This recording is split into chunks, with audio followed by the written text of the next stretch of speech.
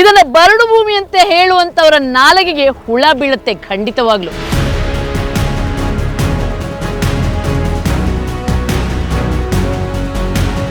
ಇಂಥ ಫಲವತ್ತಾದ ಭೂಮಿಯಲ್ಲಿ ಇಷ್ಟು ನಾವು 100 ಟನ್ ತರಕಾರಿ ನಮ್ಮ ಕೆರೆ ಮಾರ್ಕೆಟ್ ಕಳಿಸ್ತಿದ್ದೀರಾ ಅಂದ್ರೆ ಬಂಜರು ಭೂಮಿ ಅಂತ ಹೇಳೋದಕ್ಕೆ ಯಾವ ರೀತಿ ಸಾಧ್ಯ ಹೇಳಿ? ಅಲ್ಲ, ಈಗ ಇದೊಂದು ತಮಾಷೆ ಏನಂದ್ರೆ, ಸಿದ್ದರಾಮಯ್ಯ ಅವರೇ, ನೀವು ಸುಳ್ಳು ರಾಮಯ್ಯ ಅಂತ ಹೆಸರು ಪಡ್ಕೊಳ್ಳೋಕೆ ಇಂಥ ಒಂದು ದಾಖಲೆಯನ್ನ ಕೊಡಿಸ್ತಿದ್ದೀರಾ ಏನೋ? ಸಿದ್ದರಾಮಯ್ಯನವರಿಗೆ, ಡಿ ಕೆ ಶಿವಕುಮಾರ್ ಅವರಿಗೆ, ಎಂ ಬಿ ಪಾಟೀಲ್ ಅವರಿಗೆ, ನಮ್ಮ ಬಿ ಹೊಸಳ್ಳಿ ರೈತರಿಂದ ಒಂದು ಸವಾಲ್ ಆಗ್ತಾ ಇದ್ದಾರೆ. ಯಾವುದೇ ಕಾರಣಕ್ಕೂ ನಾವು ಭೂಮಿನ ಬಿಡಲ್ಲ, ನೀವು ಡಿನೋಟಿಫೈ ಮಾಡಲೇಬೇಕು.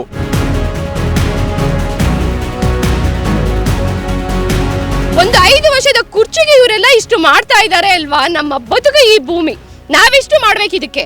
ನಮ್ಮ ಅಸ್ತಿತ್ವ ನಾವು ಕಳ್ಕೊಂಡ್ರೆ ನಾವು ಮತ್ತೆ ಇಲ್ಲಿ ಬದುಕಲಿಕ್ಕೆ ಆಗುತ್ತಾ? ನಾವು ಯಾವುದೋ ಒಂದು ಇಷ್ಟು ಭೂಮಿ ಬಿಟ್ಕೊಡಕ್ಕೆ ನಾವು ರೆಡಿ ಇಲ್ಲ. ಸಿದ್ದರಾಮಯ್ಯ ಅವರೇ, ಎಂ ಬಿ ಪಾಟೀಲ್ ಅವರೇ, ಡಿ ಕೆ ಶಿವಕುಮಾರ್ ಅವರೇ, MLA ಶಿವಣ್ಣ ಅವರೇ, ನೀವು ನಮ್ಮ ಹತ್ರ ಹಿಂದೆ ನೀವು ದಬ್ಬಾಳಿಕೆ ಮಾಡಿ ತಗೊಂಡ್ಬೇಕಾದ್ರೆ ನಾವು ಪ್ರಾಣ ಬೇಕಾದ್ರೆ ಬಿಡ್ತೀವಿ, ನಮ್ಮ ಭೂಮಿ ಬಿಡೋದಿಲ್ಲ. ಯಾವ ಕಾರಣಕ್ಕೂ ನಾವು ಕೊಡೋದಿಲ್ಲ. ಇಲ್ಲಾಂದ್ರೆ ಅವ್ರು ಬಂದರೆ ಅವ್ರು ಸಾಯ್ಬೇಕು, ಇಲ್ಲಾಂದ್ರೆ ನಾವು ಸಾಯ್ಬೇಕು. ಎರಡರಲ್ಲಿ ಒಂದು ತೀರ್ಮಾನ ಆಗಬೇಕು. ಇಲ್ಲಾಂದ್ರೆ ಗಟ್ಟಿ ನಿರ್ಧಾರ. ನಾವು ಭೂಮಿ ಮಾತ್ರ ಕೊಡೋದಿಲ್ಲ. ನಾವು ವ್ಯವಸಾಯನೇ ನಮ್ಮದು ಗುರಿ. ವ್ಯವಸಾಯ ಬಿಟ್ಟರೆ ನಮ್ದು ಏನು ಬೇರೆ ಏನು ಬರೋದಿಲ್ಲ. ನಾವು ಜೀವನ ಮಾಡೋದಕ್ಕೆ ಆಗೋದಿಲ್ಲ. ಬೆಂಗಳೂರು ಹೊಟ್ಟೆಗೆ ಎಷ್ಟು ಹಾಕ್ತೀರಾ ನೀವು? ಬೆಳೆದು ದುಡಿದು ಮಾಡಿ ಬೆಂಗಳೂರಿಗೆ ನಾವು ಡೈಲಿ ಒಂದು ಲೋಡ್ ತರಕಾರಿ ಕಳಿಸ್ತೀವಿ ಮೇಡಮ್. ನಮ್ಮ ಒಂದು ತೋಟದಲ್ಲಿ ಮಾತ್ರ ಡೈಲಿ ಒಂದು ಲೋಡು. ನಾವು 10 ಎಕರೆನಲ್ಲಿ ನಮ್ಮ ಅಣ್ಣ ತಮ್ಮದ್ರೆಲ್ಲ ಇದ್ದಾರೆ, ನಾವು ಇದ್ದೀವಿ. ಒಂದು ಟೆಂಪೋ ತರಕಾರಿ ಬೆಂಗಳೂರು ಮಾರ್ಕೆಟ್ ಕಳಿಸ್ತಾ ಇರ್ತೀವಿ. ಸಂತೃಪ್ತ ಬದುಕು. ಆದರೆ ಇವತ್ತು ಕಿತ್ಕೊಳಕ್ ಬರ್ತಿದ್ದಾರೆ ಭೂಮಿನ. ತಮ್ಮ ಇವರು ಕೃಷಿ ಜಮೀನನ್ನೇ ನಮ್ದವರು. ಸೊ ಇವಾಗ ನಿಮ್ಗೆ ಕಿತ್ಕೊಳ್ಳುವಾಗ ಏನ್ ಮಾಡ್ಬೇಕು ಈ ರಾಜಕಾರಣಿಗಳು ಅಂತ ಅನಿಸ್ತಾ ಇದೆ? ಏನು ಮಾಡ್ಬೇಕಂದ್ರೆ ನಾವು ಬೇರೆ ರೂಟೇ ಇಲ್ಲ ನಮಗೆ. ನಾವು ರೈತರು ಕಾಲದಿಂದ, ನಮ್ಮ ತಾತನವ್ರ ಕಾಲದಿಂದ ಮಾಡ್ಕೊಂಡಿದ್ದೀವಿ ಜಮೀನ. ಯಾವೊಂದು ಕಾರಣಕ್ಕೂ ಜಮೀನು ಬಿಡೋದಿಕ್ಕೆ ಆಗೋದಿಲ್ಲ ಅಂತ ನಾವು ತೀರ್ಮಾನ ಮಾಡ್ಕೊಂಡಿದ್ದೀವಿ ಕೂತ್ಕೊಂಡು. ನೋಡೋಣ ಏನೇನು ಮಾಡ್ತಾ ಇದ್ದಾರೋ, ನೋಡೋಣ ಯಾವ ಥರ ಬರ್ತಾರೋ ನೋಡಬೇಕು ನಾವು. ಈಗ ಸರ್ಕಾರಿ ಪರ ವಕೀಲರು ನ್ಯಾಯಾಲಯಕ್ಕೆ ಇದು ಬಂಜರು ಭೂಮಿ ಅಂತ ಹೇಳ್ತಾರಲ್ಲ, ಬಂಜರು ಭೂಮಿ ಆ ವಕೀಲನಿಗೆ ಏನು ಹೇಳ್ತೀರಾ? ಬಂಜರು ಭೂಮಿ ಅಂತ ಯಾಕೆ ಕೊಟ್ರು ನೋಡಿ? ಇಂಥ ಭೂಮಿ ಇವಾಗ ನೀವೇ ನೋಡ್ತಾ ಇದ್ದೀರಲ್ಲ, ಈ ತರ ಇದೆ. ಬಂಗಾರ ನೋಡಿ ಹೆಂಗ್ ನೇತಾಡ್ತಿದೆ ಬಿನ್ಸು ಅಲ್ವಾ? ಈ ತರ ಇರೋ ಭೂಮಿನ ಬಂಜರು ಭೂಮಿ ಅಂತ ಬರೆದು ಕಳಿಸಿದ್ದಾರೆ. ಅದನ್ನು ವಾದ ಮಾಡಿದ್ದೀವಿ, ಮಿನಿಸ್ಟರ್ಗಳ ಹತ್ರ ಎಲ್ಲ ಹೇಳಿದ್ದೀವಿ. ಈ ಥರ ಬಂಜರು ಭೂಮಿ ಅಂತ ಬರೆದ್ಬಿಟ್ಟು ನಮ್ಮನ್ನು ಮೋಸ ಮಾಡಿ ಈ ಥರ ಮಾಡ್ತಾ ಇದ್ದಾರಲ್ಲ, ಯಾಕೆ ಸುಮ್ಮನೆ ಅಂತ. ಇಲ್ಲ ಹಂಗೆ ಹಿಂಗೆ ಅಂತ ಅವರು ಏನೋ ಅವ್ರಿಗೆ ಕೊದ್ದಿ ಹೇಳ್ಕೊಂಡಿರ್ತಾರೆ. ಸುಳ್ಳು ಹೇಳ್ಕೊಂಡು ಹೋಗ್ತಾ ಇದ್ದಾರೆ. ಏನು ಮಾಡೋಕ್ಕೂ ಬರಲಿಲ್ಲ. ನೋಡೋಣ, ನಾವು ಗಟ್ಟಿಯಾಗಿ ನಿಂತ್ಕೊಂಡಿದ್ದೀವಿ, ರೈತರೆಲ್ಲ ಒಗ್ಗಟ್ಟಾಗಿದ್ದೀವಿ. ಒಂದು ಫೋನ್ ಮಾಡಿದ್ರೆ ಇವಾಗ 1000 ಜನ ಇಲ್ಲಿಗೆ ಬರ್ತಾರೆ. ಒಗ್ಗಟ್ಟು ಮುರಿಯಕ್ಕೆ ಬರುವಂತ ಚಾನ್ಸಸ್ ಇರುತ್ತಲ್ವ? ಇವರು ಮೇಡಮ್, ಒಗ್ಗಟ್ಟು ಮುರಿಯಕ್ಕೆ ಬರುವಂಥ ಚಾನ್ಸಸ್ ಇದ್ರೆ ಕೂಡ ನಾವು ನಮ್ಮನ್ನು ಮುರಿಯಕ್ಕಂತೂ ಆಗಲ್ಲ. ಯಾವುದೇ ಕಾರಣಕ್ಕೂ ನಾವು ಒಗ್ಗಟ್ಟಾಗಿರ್ತೀವಿ, ಒಗ್ಗಟ್ಟಾಗೆ ಹೋರಾಡ್ತೀವಿ. ಯಾರು ವಕೀಲರು ಸರ್ಕಾರ ಪರವಾಗಿ ಅದು ಬಂಜರು ಭೂಮಿ ಅಂತ ಹೇಳ್ತಿದ್ದಾರೆ, ಅವರಂತೂ ರೈತನಿಗೆ ಅಂತೂ ಅದಂತೂ ಹುಟ್ಟಿಲ್ಲ. ಅದನ್ನ ರೈತನಂತೂ ಅವರ ತಂದೆ ತಾಯಿ ಅಂತೂ ತಾತ ಮುತ್ತಾದ್ರಂತೂ ರೈತರಂತೂ ಅಲ್ಲ. ಅವ್ರು ಹೊಟ್ಟೆಗೆ ಅನ್ನ ಅಂತೂ ತಿಂತಾ ಇಲ್ಲ. ಅವನು ಇಂಥ ಜಾಗಗಳಲ್ಲಿ ಒಂದು ಇಂಥ ಫಲವತ್ತಾದ ಭೂಮಿನ ಬಂಜರು ಭೂಮಿ ಅಂತ ಹೇಳ್ತಿದ್ದಾರಲ್ಲ, ಅವ್ರಿಗೊಂದು ಮನುಷ್ಯತ್ವ ಅನ್ನೋದಿದೆಯಾ, ಮಾನವೀಯತೆ ಅನ್ನೋದಿದೆಯಾ? ಅವ್ರು ಹೊಟ್ಟೆಗೆ ಅನ್ನ ತಿಂತಾರಾ ಅಥವಾ ಏನಾದರೂ ಬೇರೆ ಕಸ ಏನಾದ್ರು ತಿಂತಾರ? ನನಗಂತೂ ಅರ್ಥ ಆಗ್ತಾ ಇಲ್ಲ. ಈ ಬಿ ಹೊಸಳ್ಳಿಯಲ್ಲಿ ಎಷ್ಟು ಎಕರೆ ಜಮೀನು ಹೋಗ್ತಿದೆ ಮೇಡಮ್? ಈ ಬಿ ಹೊಸಳ್ಳಿ 401 ಎಕರೆ 19 ಗುಂಟೆ 401 ಎಕರೆ 19 ಗುಂಟೆ ಅಕ್ವಿಸಿಷನ್ಗೆ ನೋಟಿಸ್ ಹೊಡಿಸಿದ್ದಾರೆ. ಈ ಭೂಮಿಯಲ್ಲಿ ಎಲ್ಲದೂ ಫಲವತ್ತಾದ ಭೂಮಿ. ಎಷ್ಟು ನೀವು ಬೆಂಗಳೂರಿಗೆ ಇಲ್ಲಿಂದ ಇದು ಹೋಗುತ್ತೆ ಸಾಧಾರಣ? ಇಲ್ಲಿಂದ ಒಂದು ದಿನಕ್ಕೆ ಈ ಬಿ ಹೊಸಳ್ಳಿಯಿಂದನೇ ಸುಮಾರು 100 ಟನ್ ತರಕಾರಿ ಹೋಗ್ತದೆ. ಎಲ್ಲಾ ತರ ತರಕಾರಿ. ಬಿ ಹೊಸಳ್ಳಿ ಆನೇಕಲ್ ತಾಲೂಕಿಗೆ ನಂಬರ್ 1 ತರಕಾರಿ ಬೆಳೆಯೋದ್ರಲ್ಲಿ. ಎಲ್ಲಾ ತರ ತರಕಾರಿ, ಹಾಗಲಕಾಯಿ, ಹೀರೆಕಾಯಿ, ಟೊಮೊಟೊ, ಸೊಪ್ಪುಗಳು ಹೋಗ್ತವೆ, ಕ್ಯಾರೆಟ್ ಇದೆ, ಬೀಟ್ರೂಟ್ ಇದೆ, ಆಮೇಲೆ ಚಪ್ರ ಬೆಳೆಯುವಂಥದ್ದು ಬೀನ್ಸ್ಗಳಿದ್ದಾವೆ, ಭಾಳಷ್ಟು ತರಕಾರಿ, ಎಲ್ಲ ಥರ ರೀತಿಯಾದ ತರಕಾರಿಗಳನ್ನು ಬೆಳೀತಾ ಇದ್ದೀವಿ ನಾವು. ಎಲ್ಲವನ್ನು ಕೇರ್ ಮಾರ್ಕೆಟ್ಗೆ ನಾವು ಕಳಿಸ್ತಾ ಇದ್ದೀವಿ. 100 ಟನ್ ತರಕಾರಿನ ನಾವು ರಫ್ತು ಮಾಡ್ತಾ ಇದ್ದೀವಿ. ಅಲ್ಲ, 100 ಟನ್ ಎಲ್ಲಾದ್ರೂ ಬಂಜರು ಭೂಮಿಯಲ್ಲಿ ಬೆಳೆದ ಇತಿಹಾಸ ಇದೆಯಂತೆ? ಇಲ್ಲ ಮೇಡಮ್, ಸಾಧ್ಯನೇ ಇಲ್ಲ. ಯಾವುದೇ ತರಕಾರಿ ಬಂಜರು ಭೂಮಿಯಲ್ಲಿ ಬೆಳೆಯುತ್ತಾ? ಎಲ್ಲಾದ್ರೂ ಉಂಟಾ ಮೇಡಮ್? ಇದು ಅವ್ರು ಹೇಳೋಂಥ ಮಾತಾ ಇದು? ಯಾರಾದ್ರೂ ಒಪ್ಕೊಳ್ಳೋಂಥ ಮಾತಾ ಇದು? ಇಂಥ ಫಲವತ್ತಾದ ಭೂಮಿಯಲ್ಲಿ ಇಷ್ಟು ನಾವು 100 ಟನ್ ತರಕಾರಿ ನಮ್ಮ ಕೆರೆ ಮಾರ್ಕೆಟ್ ಕಳಿಸ್ತಿದ್ದೀರಾ ಅಂದ್ರೆ ಬಂಜರು ಭೂಮಿ ಅಂತ ಹೇಳೋದಕ್ಕೆ ಯಾವ ರೀತಿ ಸಾಧ್ಯ ಹೇಳಿ? ಅಲ್ಲ, ಈಗ ಇದೊಂದು ತಮಾಷೆ ಏನಂದ್ರೆ, ಸಿದ್ದರಾಮಯ್ಯ ಅವರೇ, ನೀವು ಸುಳ್ಳು ರಾಮಯ್ಯ ಅಂತ ಹೆಸರು ಪಡ್ಕೊಳ್ಳೋಕೆ ಇಂಥ ಒಂದು ದಾಖಲೆಯನ್ನ ಕೊಡಿಸ್ತಿದ್ದೀರಾ ಏನೋ? ಕಳಿಸ್ಬೇಕಾದ್ರೆ ಎಷ್ಟು ಜನಕ್ಕೆ ಉದ್ಯೋಗ? ಇಲ್ಲೇ ಸುಮಾರು 100 ಟನ್ನು ತರಕಾರಿಗೆ ಸುಮಾರು ಒಂದು 500-600 ಜನ ಪ್ರತಿನಿತ್ಯ ಕೆಲಸ ಮಾಡಬೇಕು. ಇಲ್ಲಿ ಇಂಥ ಉದ್ಯೋಗ ಸೃಷ್ಟಿ ಎಲ್ಲಿಂದ ಆಗುತ್ತೆ ಮೇಡಮ್?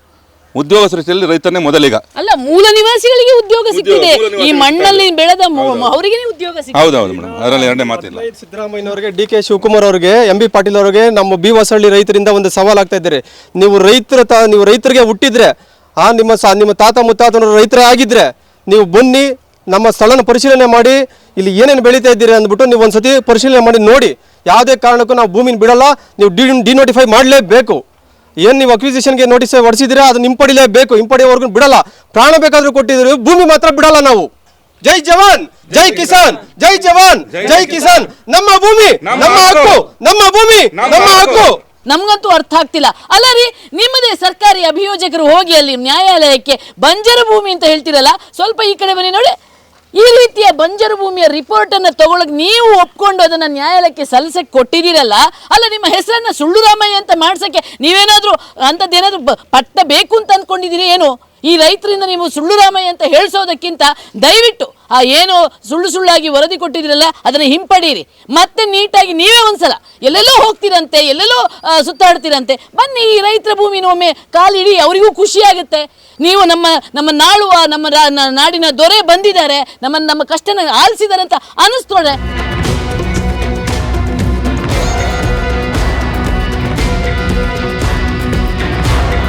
ಬರಡು ಭೂಮಿ ಅಂತೆ, ಬರಡು ಭೂಮಿ, ಬಂಗಾರದಂತ ಬೆಳೆ ತೆಗೆಯುವ ಇದು ಬರಡು ಭೂಮಿಯ?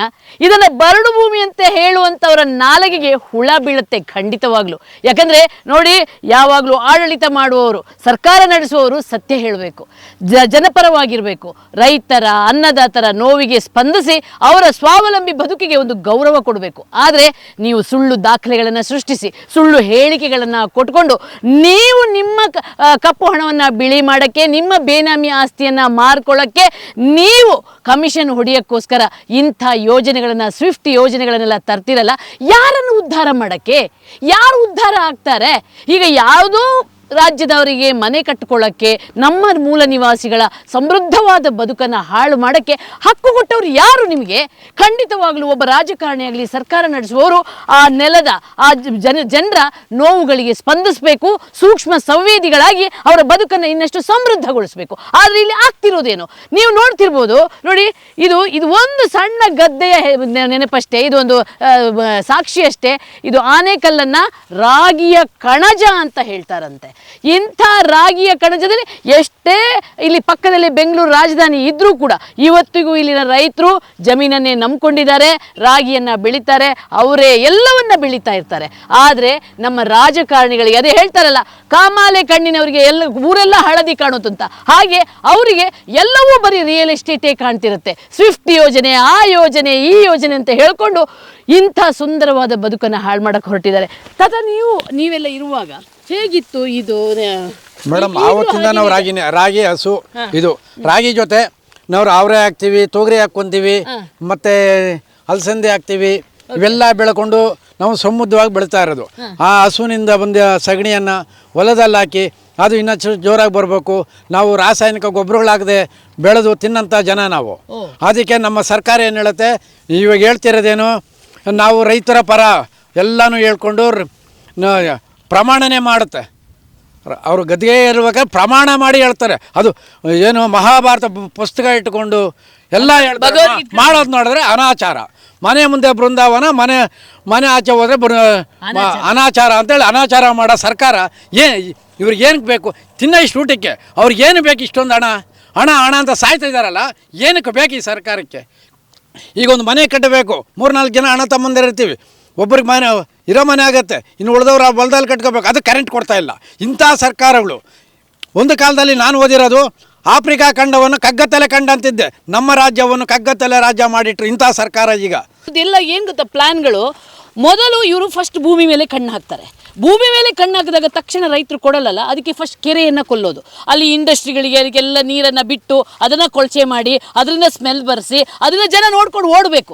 ಆಮೇಲೆ ಕೆರೆಯನ್ನು ಕೊಲ್ತಾರೆ. ಕೆರೆಯ ಭೂಮಿ ಇನ್ನು ನಮಗೆ ಕಷ್ಟ, ಕೃಷಿ ಮಾಡೋಕ್ಕೆ ಕಷ್ಟ ಆಗುತ್ತೆ ಅಂತ ರೈತರು ಅವರಷ್ಟಕ್ಕೆ ಅವರು ಭೂಮಿಯನ್ನು ಮಾರಬೇಕು ಅನ್ನೋ ರೀತಿಯಲ್ಲಿ ಒಂಥರ ಮಾಫಿಯಾ ರೀತಿಯಲ್ಲಿ ಸರ್ಕಾರವೇ, ಬೇರೆ ಯಾರು ಅಲ್ಲ, ಸರ್ಕಾರವೇ, ತಾನು ಆರಿಸಿ ಕಳಿಸಿದ ಸರ್ಕಾರವೇ ತನ್ನದೇ ಜನರನ್ನು ಈ ರೀತಿ ವಿಷ ಕೊಟ್ಟು ಕೊಲ್ಲಕ್ಕೆ ಬರ್ತಾ ಇದೆ. ನನಗೆ ಇವ್ರದ್ದೆಲ್ಲ ಲಾಜಿಕ್ ನೋಡುವಾಗ ಹಾಗಾದರೆ ರೈತರೇ ಇರಬಾರ್ದ? ಇನ್ನು ಮುಂದೆ ರೈತರು ಭೂಮಿ ಇರಲೇಬಾರ್ದಾ?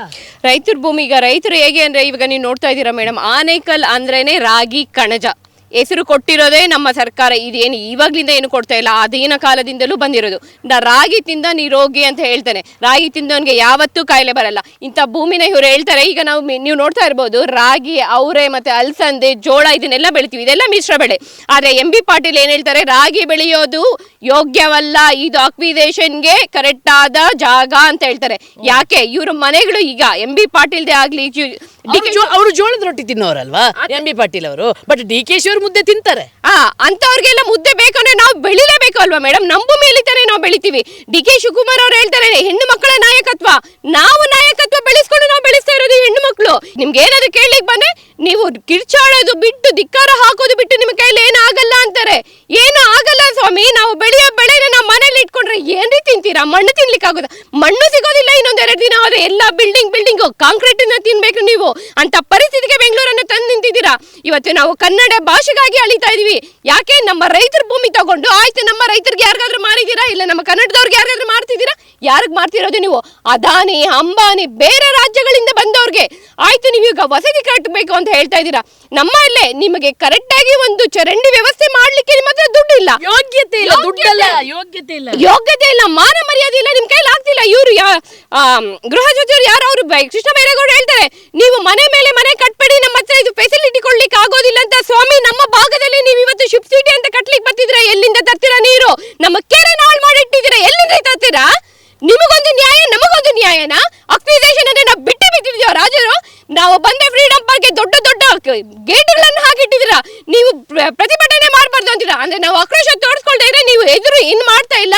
ನಿಮ್ಗೆ ಎದುರು ನೀವು ಹಿಂಗೆ ಬೇಕಾಗಿದೆ, ನೀವು ದುಡ್ಡುಗೋಸ್ಕರ ಮಾಡ್ತಿದ್ದೀರಾ ಅಂತ. ಮೇಡಮ್, ನಮ್ಗೆ 2 ಕೋಟಿ ಕೊಟ್ರೆ ನಾವು ಏನ್ ಮಾಡ್ಬೇಕು ಅಂತ ಗೊತ್ತಿಲ್ಲದೆ ಇರೋಂಥ ಜನಗಳು ನಾವು ಇವತ್ತು. ನಮಗೇನು ರಾಗಿ ಇದ್ರೆ ವರ್ಷ ಪೂರ್ತಿ ಆಗುತ್ತೆ, ಅವರೇಗಿದ್ರೆ 3 ತಿಂಗಳು ನಾವು ಅವರೆಕಾಳು ಸಾರು ತಿಂದು ಆ ಕಾಲಕ್ಕೆ ಯಾವ ಬೆಳೆ ಬೆಳೆಯಿತು ಅದರಿಂದ ನಾವು ತಿಂದು ಬದುಕ್ತಾ ಇದೀವಿ. ಅವತ್ತು ಯಾವುದೇ ಒಬ್ಬರು ಇದಕ್ಕೆ ಹೋಗ್ತಿಲ್ಲ. ಇವತ್ತು ರಾಜಕಾರಣಿಗಳಿಗೆ ನಾವು ಹೋಗ್ತಿರೋದು ಭಿಕ್ಷೆ ಬಿಟ್ಟು, ಅವರು ನಮ್ಗೆ ಯಾವ್ದು ಭಿಕ್ಷೆ ಆಗ್ತಾ ಇದ್ದಿಲ್ಲ. ಇದನ್ನ ನೆನ್ಪಿಟ್ಕೊಳ್ಳಿ. ಮಾತಾಡಿದ್ರೆ ಜನಗಳು ಹೇಳ್ತಾರೆ ಉಚಿತ ನಿಮ್ಗೆ ಭಾಗ್ಯಗಳು ಕೊಟ್ಟರು ಓಟ್ ಹಾಕಿ ಬೀದಿಗೆ ಬರ್ತಿದ್ರೆ ಅಂತ. ನಾವು ಉಚಿತ ಓಟ್ಗಳಿಗಾಗಿ, ನಾವು ಭಾಗ್ಯಗಳಿಗಾಗಿ ಬಂದಿಲ್ಲ ಮೇಡಮ್. ಭಾಗ್ಯ ಹಣ ಅವ್ರ ಅಪ್ಪನ ಮನೆಯಿಂದ ತರ್ತಿದಾರಂತೆಯಾ?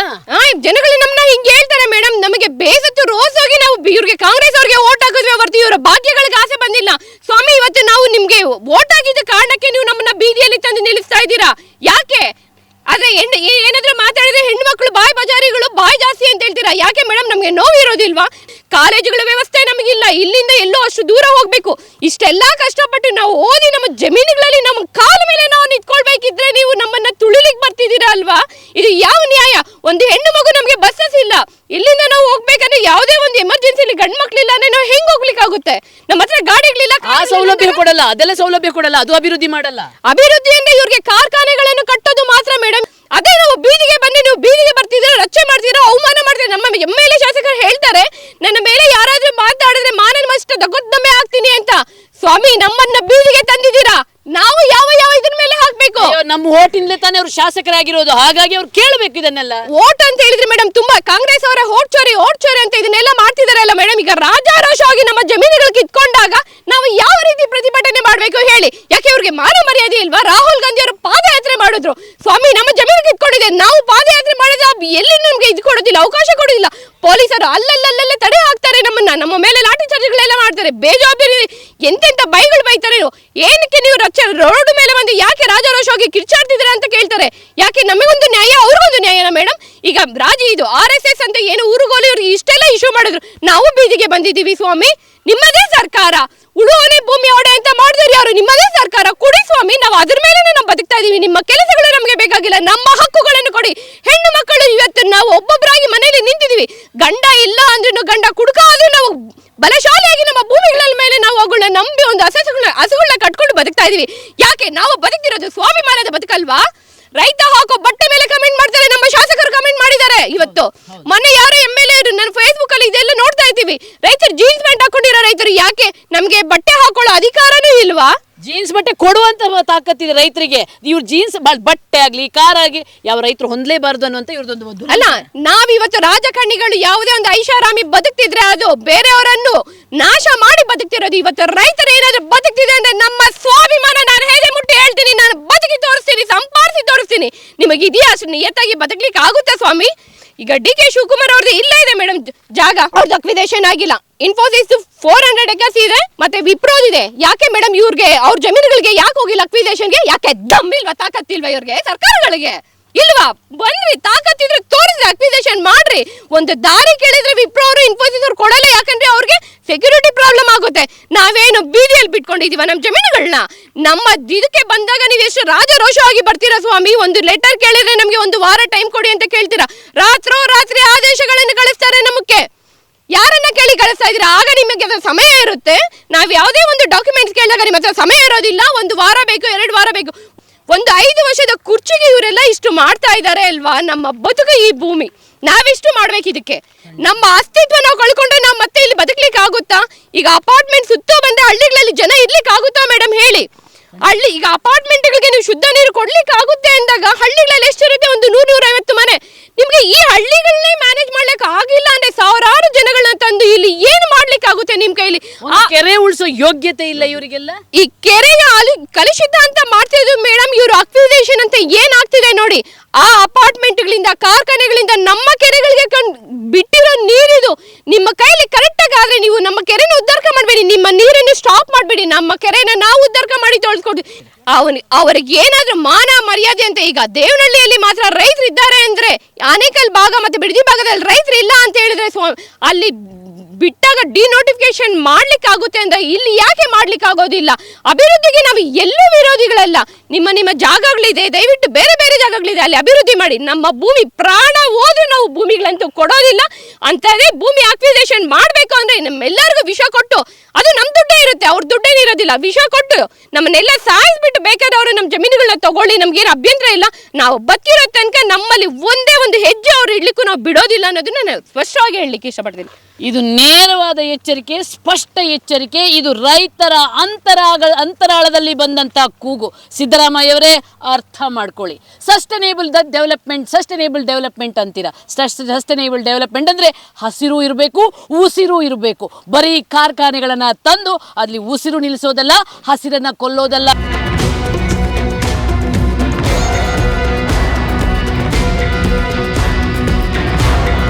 ಸಿದ್ದರಾಮಯ್ಯವರೇ, ನಿಮ್ಗೆ ಅದೇನಾಗಿದೆ ರೀ?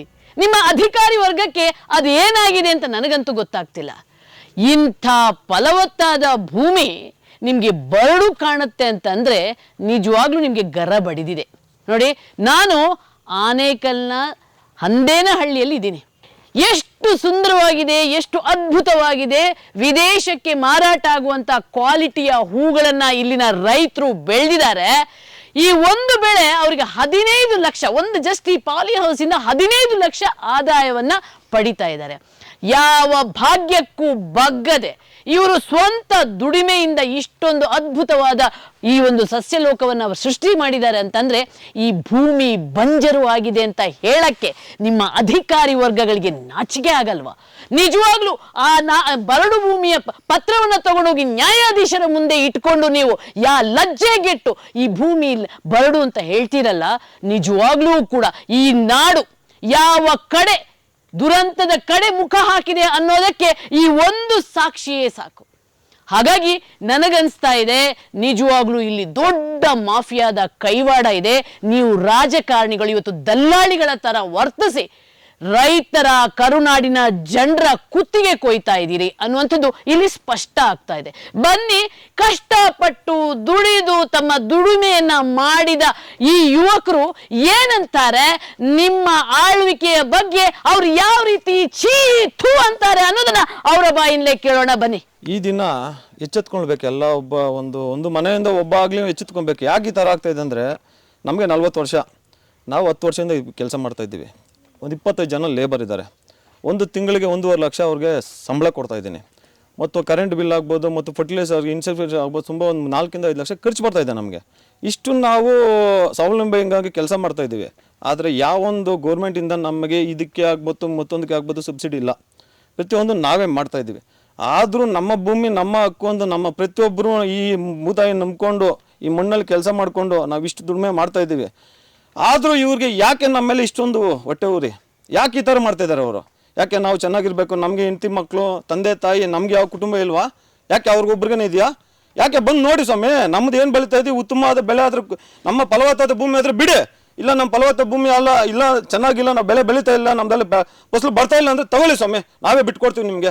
ಅದು ಬಿಟ್ಬಿಟ್ಟು ನೀವು ಕುತ್ಕೊಂಡು ಎಲ್ಲೋ ವಿಧಾನಸಭೆಯಲ್ಲಿ ಕುತ್ಕೊಂಡು ನೀವು ಯಾವುದೋ ಒಂದು ಅಧಿಕಾರಿ ಮುಂದೆ ಇಟ್ಕೊಂಡು ಯಾರೋ ಇನ್ನೊಬ್ಬರು ಇವಾಗ ಒಬ್ಬರು ಬಂದು ಅಧಿಕಾರಿ ನೋಡ್ಕೊಂಡು ಹೋಗ್ತಾರೆ, ಅವ್ನು ಟ್ರಾನ್ಸ್ಫರ್ ಮಾಡ್ತೀರಾ, ಅವ್ರನ್ನ ಬಿಸಾಕ್ತೀರಾ ಬೇರೆ ಕರೆ. ನಾವು ಯಾರಾದ್ರೂ ಹೋಗೋಣ, ನಾವು ರೈತರು, ಬೇರೆಯೊಬ್ರು ನಿಮ್ಮ ಹತ್ರ ಬಂದು ನೋಡ್ಬೇಕಂದ್ರೆ ನಿಮ್ಮ 4 ಜನ ನೀವು ಮೇಲೆ ಅಧಿಕಾರಿನ ನಾವು ಕೈ ಕಾಲು ಇಟ್ಕೊಂಡು ನಿಮ್ಮ ಹತ್ರ ಬರಬೇಕು, ನಮಗೆ ನಿಮ್ಮ ಅಪಾಯಿಂಟ್ಮೆಂಟ್ ಸಿಗೋದಿಲ್ಲ.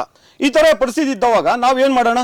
ದಯವಿಟ್ಟು ಸಿದ್ದರಾಮಯ್ಯ ನಿಮ್ಮ ಗಮನಕ್ಕೆ ನಾವು ತರ್ತಾ ಇದ್ದೀವಿ, ಇದರ ಒಳ್ಳೆ ಫಲವತ್ತಾದ ಭೂಮಿನ ನೀವು ಯಾವುದೇ ಕಾರಣಕ್ಕೂ ನಮ್ಮ ರೈತರ ಕಡೆಯಿಂದ ಕಿತ್ಕೊಂಡೋಗಿ ನೋಡಬೇಡಿ.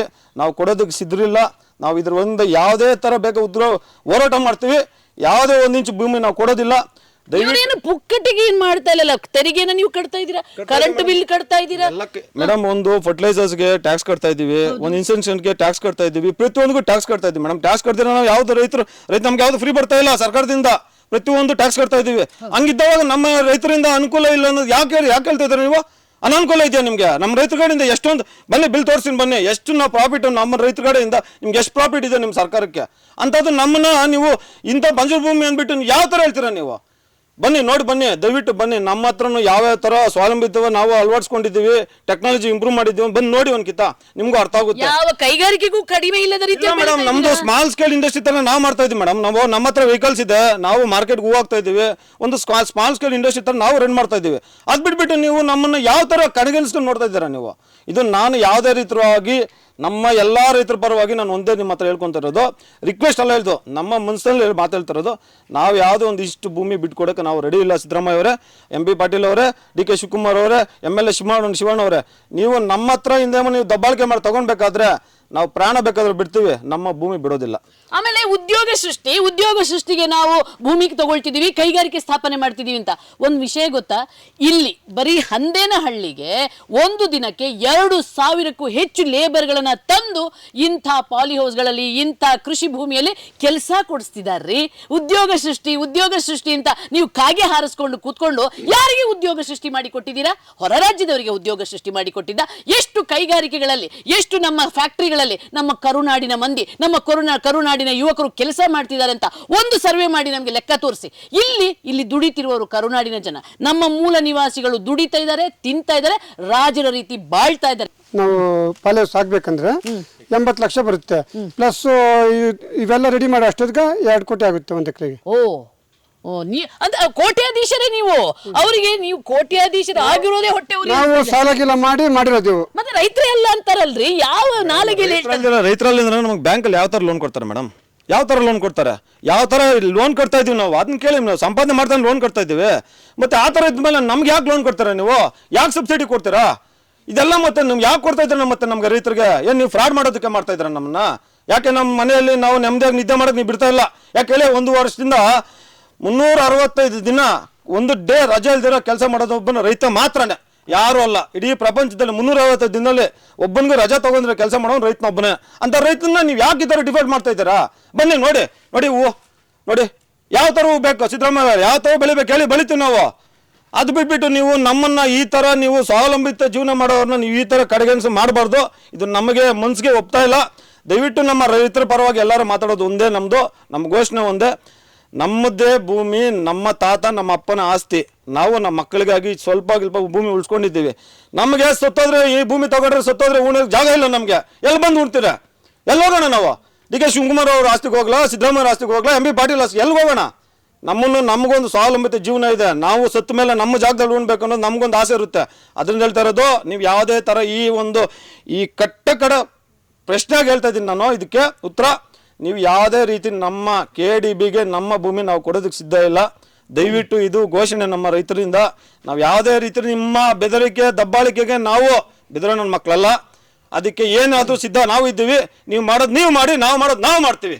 ಇದು ನಮ್ಮ ಮಾತು. ಇದು ಎಚ್ಚರಿಕೆ. ಸಿದ್ದರಾಮಯ್ಯ ಅವರೇ, ನಿಮ್ಮ ಅಧಿಕಾರಿಗಳು ತಪ್ಪು ಮಾಡಿರ್ಬೋದು, ಮನುಷ್ಯ ಆದ್ಮೇಲೆ ತಪ್ಪು ಆಗಿಯೇ ಆಗುತ್ತೆ.